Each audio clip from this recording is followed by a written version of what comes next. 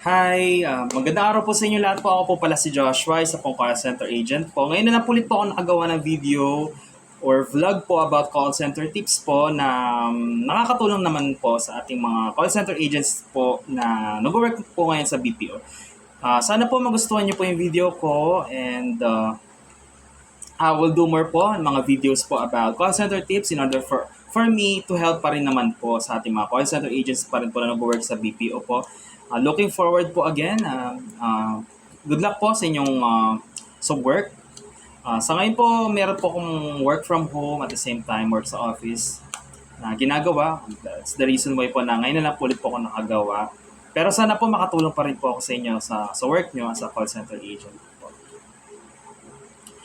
So, marami pa rin po ako na-receive na message po na or coming from my friends po online, social media friends, na meron silang issues handling the customers po, ano daw yung mga response na pwedeng magamit in order to help na matulungan yung customers na may issues about the service, typical na service na meron.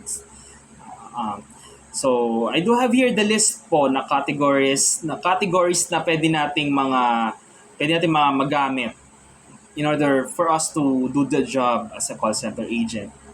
So I have here acknowledgement, empathy statements, and then assurance. Three categories po na pwede natin magamit as a response po to all of our customers. A basic response po na pwede natin magamit.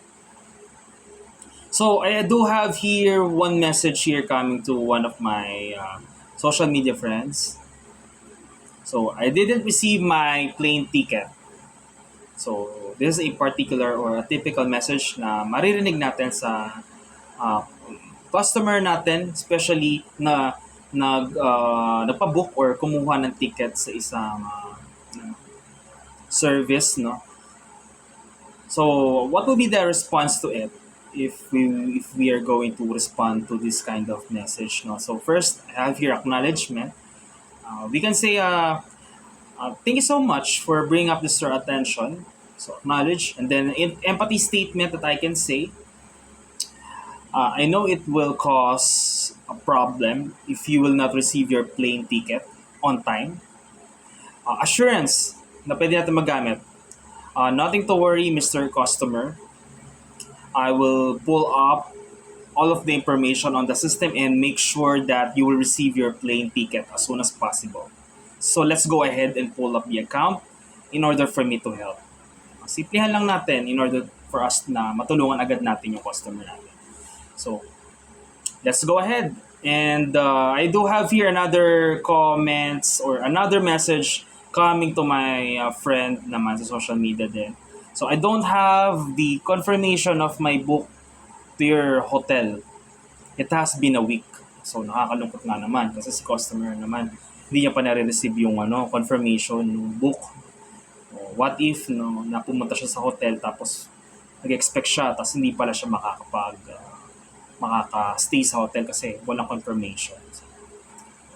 Ngayon, as a call center agent, we want to make sure that we are going to help our customer, make it sure that our customers will feel na merong assurance. Meron tayong assurance na ibibigay sa kanila na you don't have to worry na meron kang matutuluyan. So ano ba yung acknowledgement? So ano ba yung three categories na pin-repair ko dito na para makatulong naman, diba? As a call center agent. So first, acknowledgement, empathy statements, and then assurance na pwede nating i-share or pwede nating sabihin over the phone sa ating customer. So acknowledge. Thank you for sharing this matter in our department. I know this is really frustrating. And then empathy statement na pwede nating sabihin. I know it will cost a lot if you will not get your confirmation. You cannot stay to our hotel. Assurance, rest assured that since we have this all informations that we have right now, we will do our best to fix this and make it sure that you will receive your confirmation. So let's go ahead and pull up your account so we can send the message right away. Simplihan lang natin upang matulungan natin yung customer natin. So, sure that it will be short and simple. And don't forget that all the informations that we need to provide to our customers are there in our response. Okay? So yun lang naman. So guys, sana may natutunan tayo sana. At magpo-post pa po ako ng maraming videos about this call center tips. Sana po makatulong pa rin po sa ating mga call center agents po out there na nag-work pa rin po sa BPO na may mga struggles about handling customers over the phone po. So again po, you can search my name, Joshua Gudelano, to Facebook, Instagram, and YouTube. And if you have questions or comments, you can post po and you can send a message naman din po dito po sa YouTube para po mabasa ko po at may magawa din po akong videos or tips na kung paano natin matutulungan yung customers natin over the phone. So yun lang po. Again po, thanks so much for watching. And don't forget to like and subscribe to my YouTube channel and also follow me to my Facebook account, Instagram.